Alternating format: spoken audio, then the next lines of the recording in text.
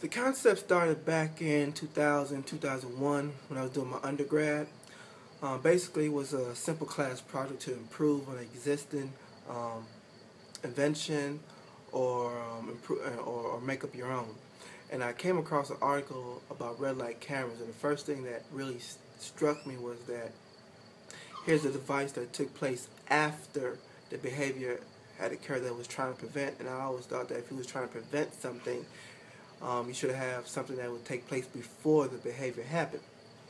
From that point on, I came across those pedestrian counters at traffic signals, and I thought that motorists could benefit from the same technology as pedestrians.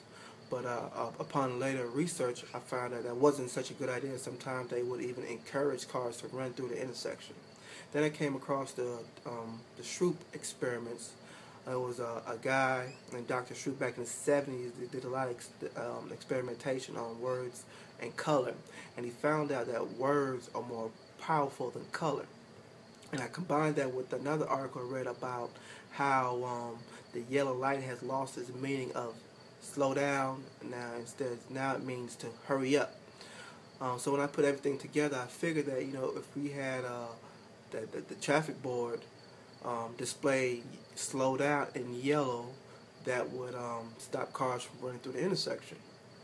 So at that point, and I think it was about 2007, I approached the City of St. Louis Street Department, gave a presentation about my idea, and they thought it had a lot of potential.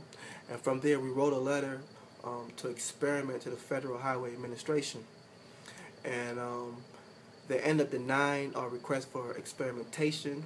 And I got two things from the denial letter. One was that I really wasn't ready to test on the actual street. I actually kind of skipped a step. I needed to do a little more research on a closed circuit or even in the studio first. And number two, that just to have the word slow down in yellow was a little bit too static. I need something that had a little more movement to it, because in some situations it wouldn't be the best thing to slow down.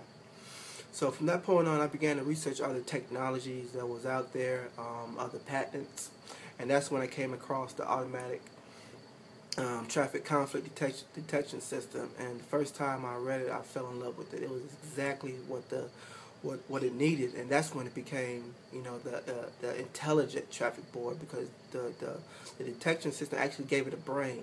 It gave it the ability to think. It gave it the ability to look at different cars and position if cars are behind the cars and what's coming and when's the lights about to change, and to give them the appropriate behavior to proceed.